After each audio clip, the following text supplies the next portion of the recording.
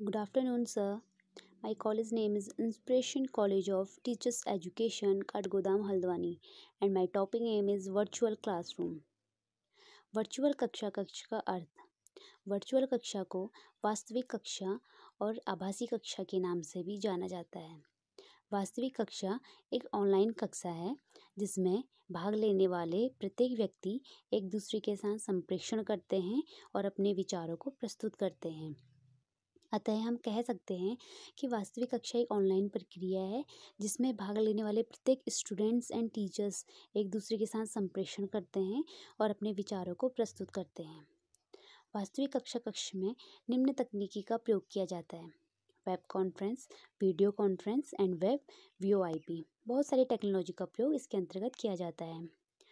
Virtual classroom को एक digital वातावरण के रूप में जाना जाता है जो सीखने की प्रक्रिया के विकास को सक्षम बनाता है।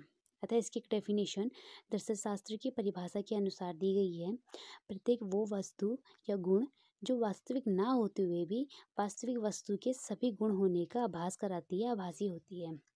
अतः हम कह सकते हैं कि प्रत्येक वो टेक्नोलॉजी जो वास्तविक ना होते हुए भी हमें वास्तविक वस्तु के सभी गुणों का ज्ञान कराती है। अतः हम इस इमेज के माध्यम से समझ सकते हैं कि एक टीचर्स कहीं दूर क्षेत्र में बैठकर एक टीचिंग करवा रहे हैं और उसका लाभ प्रत्येक स्टूडेंट अलग अलग क्षेत्रों पर उठा रहे हैं। वास्तविक कक्ष की विशेषताएं। आभासी कक्षा में इलेक्ट्रॉनिक युग की आधुनिक शिक्षण अधिगम व्यवस्था का उदाहरण है। अतः हम इलेक्ट्रॉनिक युग को एक अधिगम व्यवस्था का एक अच्छा उदाहरण मान सकते हैं। आभासी कक्षा में छात्रों को समय, स्थान और सीखने की गति की पूर्ण स्वतंत्रता होती है। अतः हम कह सकते हैं कि आभासी कक्षा के अंतर्गत छात्र कोई भी स्थान पर, किसी भी समय पर कुछ भी सीखने के लिए उसे पूर्ण स्वतंत्रता होती है। इसमें कोई रुकावट नहीं होती है। आभासी कक्षा में शिक्षक तथा छात्र आमने सामने शिक्षण अधिगम न करके आधुनिक कंप्यूटर तथा मल्टीमीडिया आदि का प्रयोग करते हैं।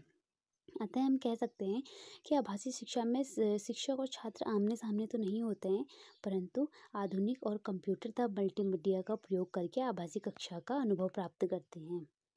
आभासी कक्षा में छात्रों की प्रशासनिक तथा मूल्यांकन संबंधी विविध समस्याओं के समाधान ऑनलाइन किए जाते हैं। अतः हम समझ सकते हैं कि आभासी कक्षा के अंतर्गत छात्रों की कोई भी परेशानी, कोई भी समस्या होती है तो उसका समाधान भी ऑनलाइन ही किया जाता है।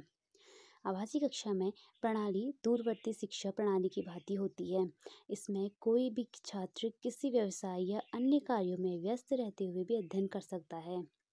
अतः हम समझ सकते हैं कि कोई भी स्टूडेंट है, अगर वो कोई दूसरा व्यवसाय करता है तो आभासी कक्षा के द्वारा इसका लाभ वह आसानी से उठा सकता है। अतः इसमें बहुत सारी टेक्नोलॉजी का यूज़ हम कर सकते हैं, जैसे वाइट बोर्ड का यूज़ कर सकते हैं, रिकॉर्डिंग कर सकते हैं, लाइव टीच सपोर्ट का यूज़ कर सकते हैं, लाइव ऑडियो वीडियो का भी यूज़ कर सकते हैं। आभासी कक्ष के लाभ। यह छात्रों की सुविधा अनुसार किसी भी समय एवं स्थान पर शिक्षण अधिगम करने में उपयोगी होता है। इसमें नवीन तकनीकों के माध्यम का प्रयोग होने के कारण यह छात्रों एवं शिक्षकों के लिए रुचिकर एवं प्रेरणादायक का माध्यम बनी हुई है। अतः हम कह सकते हैं कि आभासी कक्षा के अंतर्गत न्यू टेक्नोलॉजी का यूज़ होने के कारण यह केवल स्टूडेंट्स के लिए बेनिफिट नहीं है, जबकि यह टीचर्स के लिए भी बहुत बेनिफिट होता है। अतः यह एक रुचिकर और प्रेरणादायक का माध्यम बन चुकी है। आभासी कक्ष प्रणाली द्वारा विश्व के किसी भी विषय के प्रभावशाली शिक्षक की कुशलता और अनुभव एवं ज्ञान का लाभ प्रत्येक छात्र उठा सकते हैं। अतः हम कह सकते हैं कि अगर हमें किसी कुशल टीचर्स की आवश्यकता है तो हम आभासी कक्ष के द्वारा उनका लाभ आसानी से उठा सकते हैं। आभासी कक्ष की हानि।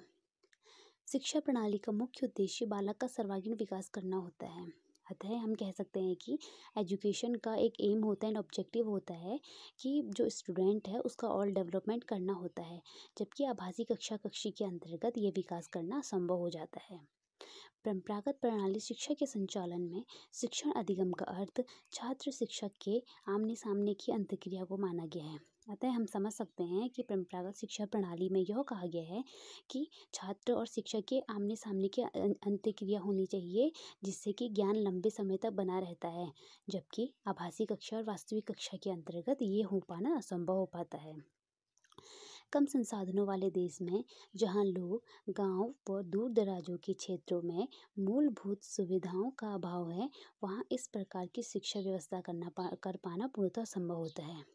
अतः हम देख सकते हैं कि कई कितने सारे गांव ऐसे होते हैं जहाँ नेटवर्क प्रॉब्लम होती है, बहुत सारे संसाधनों की सुविधाओं का अभाव रहता है, इस प्रकार की शिक्षा की व्यवस्था कर पाना भी वहाँ असंभव होता है। कक्षा के अलग होने के कारण तुरंत उत्तर की संभावना कम बनी रहती है। अतः हम समझ सकते हैं कि अगर नेटवर्क प्रॉब्लम होता है तो क्या होता है कि उत्तर की संभावना भी उसमें कम बनी रहती है। अतः हम निष्कर्ष रूप में यह कह सकते हैं कि वास्तविक कक्षाएं वे कक्षाएं होती हैं जो अपनी विशेषताओं एवं लाभ की दृष्टि से विशेष महत्वपूर्ण होती हैं। यह एक समय में एक साथ अनेकों लाभ तो होता है, लेकिन कुछ समस्याएं तो स्वाभाविक होती हैं। अगर हम इन समस्याओं को दूर करते हैं तो इसे और अधिक उपयोगी बनाया जा सकता है।